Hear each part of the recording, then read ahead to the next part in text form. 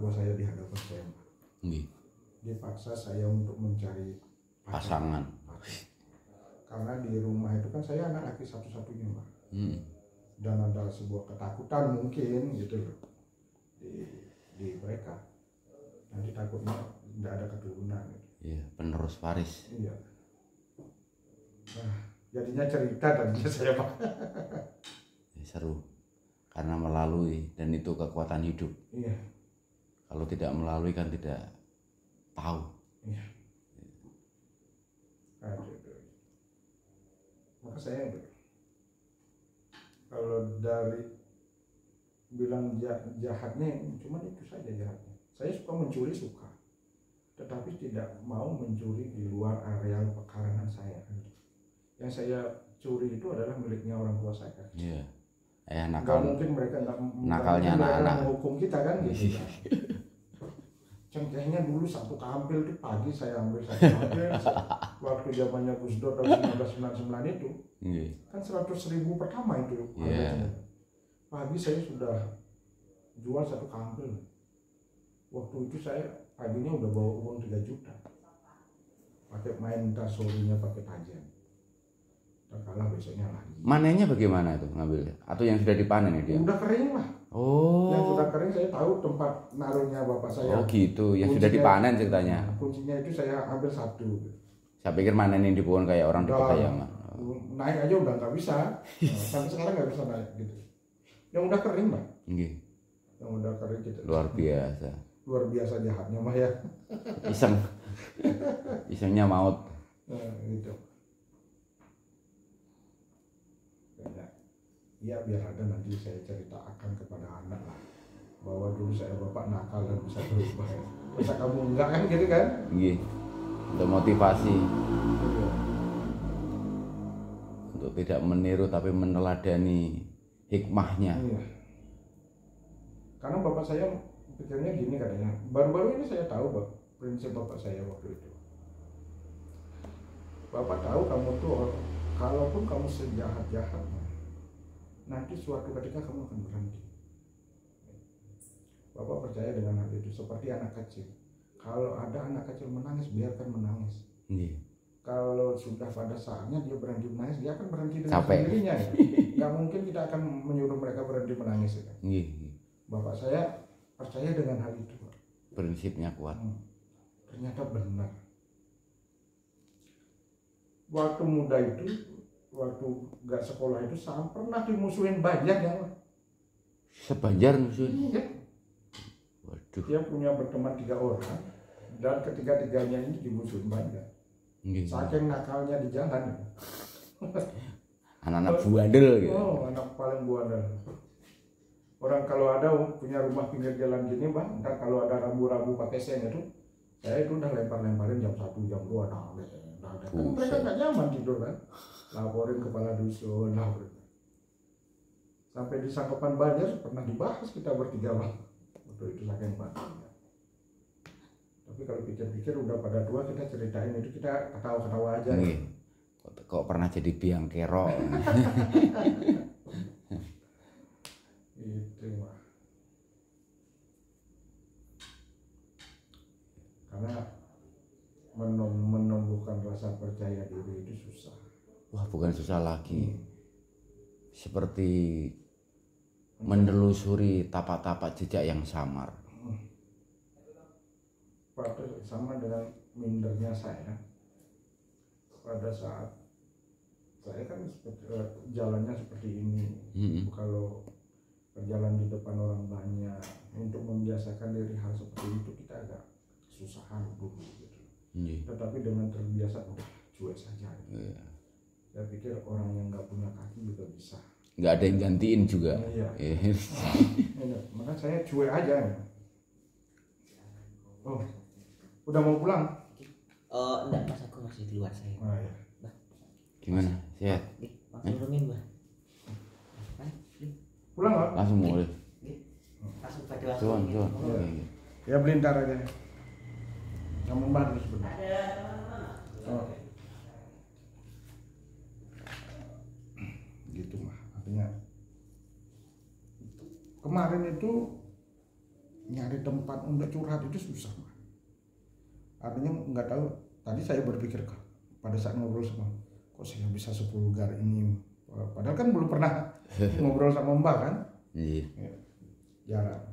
Sama istri pun saya jarang curhat.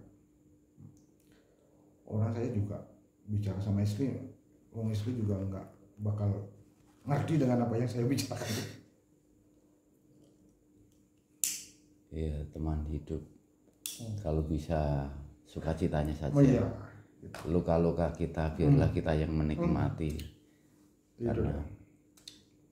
Kadang sering katanya diintip sama istri, pas jam malam-malam itu saya ngerokok di luar. Dia pikir ngapain nih beli. beban suami saya berat ya gitu kan. Nanya nggak berani dia gitu. Sungkan katanya nanya.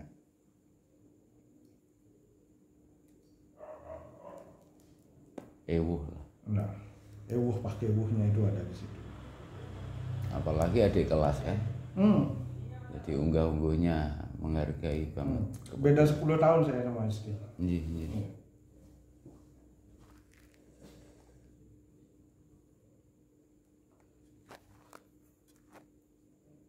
Barjono, Yang kalau sering pikirnya bahwa kalau kita mencari ilmu sebatas ilmu secara pendidikan gampang, Pak. Tetapi ilmu jati diri itu yang sangat sulit. karakter building. Itu yang sangat sulit. Menjadi pribadi sejati. Itu yang menjadi PR kita. Maka saya sering sih bilang sama adik-adik di sini, kalau di rumah hanya bisa membilang, karena saya punya keyakinan seperti itu.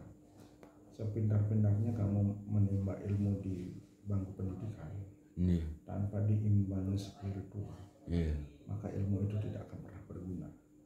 Karena spiritual itulah yang akan membuat moral kan. Nah, kalau ilmu pendidikan itu tanpa diimbangi moral, kamu akan barbar. Dia punya pemikiran seperti itu. Makanya sering saya berpikir bahwa bagaimana sih caranya kita untuk belajar menjadi orang baik, itu aja. Kalau udah menjadi orang baik gitu, kita nggak perlu ilmu, orang akan kasihan kepada kita gitu. Kasihan dalam tanda kutip kan gitu ya. Minimal dari simpati menjadi empati. Iya, itu.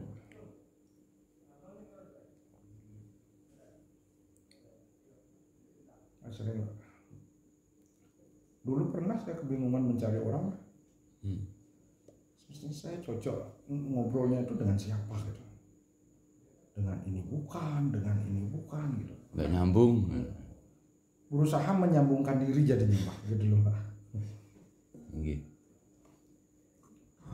Kemarin saya besok saya harus kapan-kapan saya harus kenalan sama mbahnya.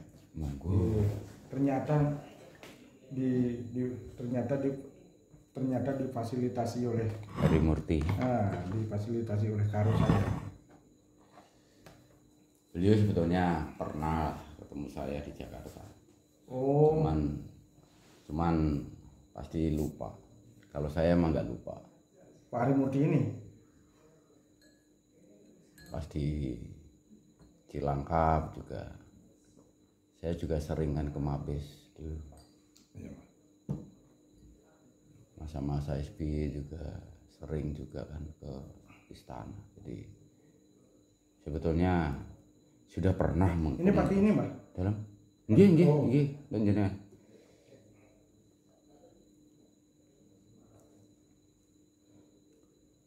Karena si Agung kemarin bilang,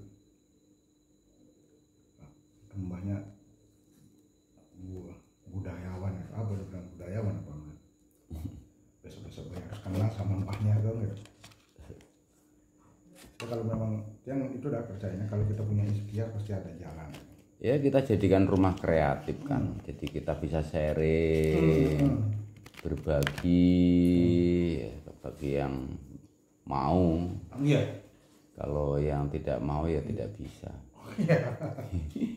Orang nggak mau kan nggak bisa dipaksakan kan gitu Mbak ya. Makanya tadi kan beliau tak kasih PR. Apakah di antara kita berempat ini sudah berterima kasih pada oksigen? Apakah sudah berterima kasih pada daun yang mengeluarkan oksigen? Apakah sudah berterima kasih pada pohon? Ya gitu. Apakah sudah berterima kasih atas napas kita? Kalau sama sang pemberi napas kan terus ya kan. Tapi berterima kasih pada napas kita ini jarang. Apalagi berterima kasih pada oksigen yang memelihara napas, yang mensuplai pernapasan kita. Jarang sekali ada kesadaran itu. Maka dari sanalah kita mungkin bisa berbagi untuk membangkitkan esensi hidup yang sesungguhnya. Ya kalau makanya tak siapin lakban. Kalau kita nggak tahu berterima kasih atas napas kita, siapin lakban, tutup hidung dan mulut nanti biar paham tentang napas kita. Jadi cepat, jadi nggak usah diomongin banyak. Tutup hidung sama mulut sama lakban kamu. Kalau sampai pagi kan besok saya urusan di setre. Tapi kalau sadar, oh ini kita penting menghirup napas ini untuk memelihara kehidupan. Napasmu dari mana? Oksigen. Oksigen dari mana? Dari daun. Daun dari mana? Dari ranting dahan dan pohon. Pohon dari mana? Dari bumi, dari tanah, dari air. Fotosintesa dari mana? Cahaya matahari. Artinya leluhur kita memberikan jagat gede, jagat cilik, nyawiji mering sari raningsun. Buana ageng, buana alit menyatu dalam pribadi kita. Semesta raya yang tiada batas, dunia dan segala isinya menyatu dalam diri pribadi kita.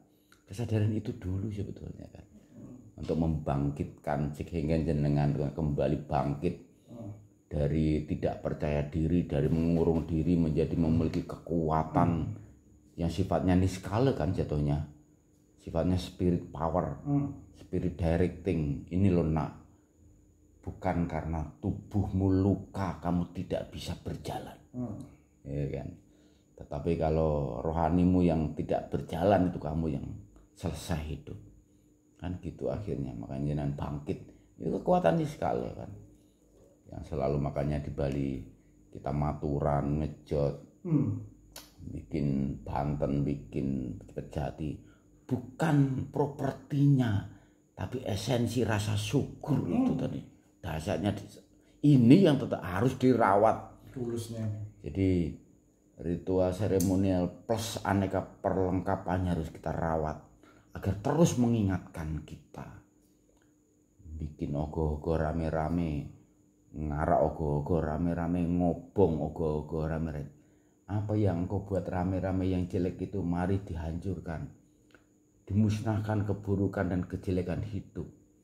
Bagaimana membersihkannya? Nyepilah kita, bikin hari raya nyepi, agar kita tidak ngomong, tidak makan, tidak minum, tidak tidur, tidak melihat api, supaya kita disucikan dan dimuliakan seperti kesucian dan kemuliaan beliau. Kan dahsyat. Kalau kita bisa disucikan dan dimuliakan, dimenangkan kita, dirayakan galungan. Kan? Galungan kita sudah menangkan dharma, kita dapat kemuliaan, dirayakan Kuningan. Dahsyat sekali sudah. Tinggal mampu nggak kita merawat dan memberikan esensi isi yang sesungguhnya lewat pesan-pesan moral dan etika sosial yang sudah turun temurun. Indah sekali.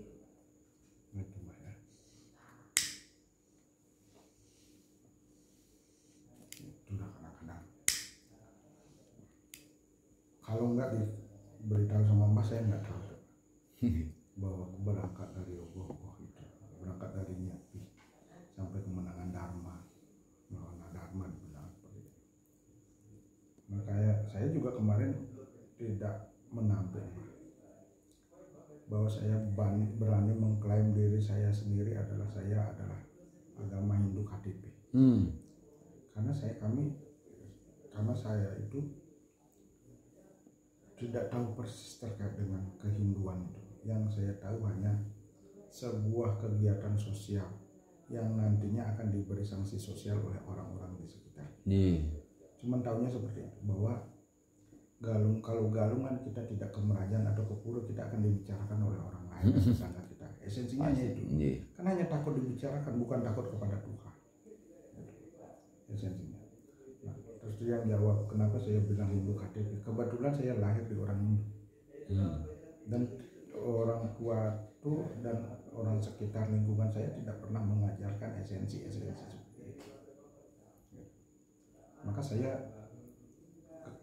ke depannya itu bahwa mencari jati diri itu, apa yang kita lakukan, kita minimal mengetahui maknanya itu dulu, baru kita akan menjadi percaya terkait dengan hal itu. Pasti. Salah nggak yang mempunyai pemikiran seperti itu, Mbak? Itu laku hidup nih. Kan gitu. Laku hidup. Bahwa kata KTP-mu apa? Agamamu apa? Biar tiang itu sebagai proteksi tiang, bahwa biar nanti tiang tidak melabeli agama orang lain. Nanti Islam KTP, Kristen KTP. Tetapi labelilah diri sendiri dulu. Itu prinsip yang dulu. Artinya dengan hal itu kalau saya yang salah disalahkan saya. Itu sebagai proteksi saya untuk tidak menghakimi orang lain. Terus maka saya tidak berani sekali terkait dengan hal-hal sensitif seperti itu. Itu adik-adik tanya, boleh. Saya dapat bantuan buku dari Perpustakaan Nasional 500 eksemplar. Wah, jadi perpustakaan. Itu sekitar 100-an lebih terdapat buku muslim. Karena saya tahu itu adalah buku muslim yang tulisan Latinnya saya baca, walaupun saya nggak ngerti, minimal saya baca. Tetapi kalau huruf kaligrafinya itu kan nggak mungkin saya baca kan gitu. Berat. Nah, saya hanya bisa merawat dan membersihkannya sebelum saya ketemu dengan adik-adik. Suatu ketika saya berpikir, wah ini saya punya adik-adik HMI dari dulu, kenapa nggak kasih mereka? Ya, beberapa sekitar ada 50 eksemplar kitab-kitab yang tebal-tebal itu saya kasih mereka. Nah, satunya lagi ada orang Pegayaman satu, Mbak. Ini orangnya penjahat sekali, Mbak. Dari tahun 2011 saya ajak dan saya berusaha untuk menyadarkan dia dengan sekemampuan saya. Walaupun waktu itu memang intensitasnya besar. Dari dulu bersama sepupu saya lebih muda dari saya, bahwa saya berkeinginan untuk menyadarkan dia. Setiap mau melakukan sesuatu saya kasih uang. Apapun kebutuhannya dia saya kasih. Agar tidak lagi melakukan kegiatan yang tercela itu menurut saya, mencuri, memalak dan lain sebagainya. Dan Astungkari sampai sekarang mah udah selesai. Astungkara. Dia menjadi muslim yang sejati. Astungkara. Dan dahsyat. Sholat 5 waktunya katanya nggak tertinggal. Maka sekarang kalau lebaran, wudhuan dan lain sebagainya, saya telepon, Pak. Dia udah nggak minta, tapi saya yang nelpon. Apakah anak-anak dan istri sudah punya ayam lah untuk dipotong? Apakah perlengkapan hari rayanya udah selesai apa enggak? Kalau belum, Astungkari biayanya berapa? Masih saya support sampai sekarang, Mbak. Astungkara. Karena yang tadi bilang ke adik-adik juga, jangan kita berpikir besar, tetapi kita tidak melakukan hal kecil. Lebih baik melakukan hal kecil untuk menjadi besar. Amin. Itu, Mbak. Ya, mudah-mudahan dari hal itulah, Mbak, yang terdorong, Mbak. Karena kenapa dia melakukan itu? Karena saya berangkatnya dari sakit, Mbak, masalahnya. Kita yang tahu sakit. Ujian langsung. Iya. Dan sekarang ya Astungkari lah, Manjuli namanya, adik-adik tahu. Karena waktu mengadakan kegiatan di Pegayaman saya minta tolong untuk jaga dia. Jaga adik-adik di sana dalam berkegiatan. Jadi pecalang. Kan Abah tahu lah bagaimana Pegayaman itu kan. Grupnya Piing. Gitu. Tapi sekarang udah di situ udah tertib, Bah. Damai lah. Ngajinya bagus sekarang. Di Pegayaman. Namanya yang saya ajak itulah Manjuli namanya. Julian namanya. Itu waktu saya SMP. Nah,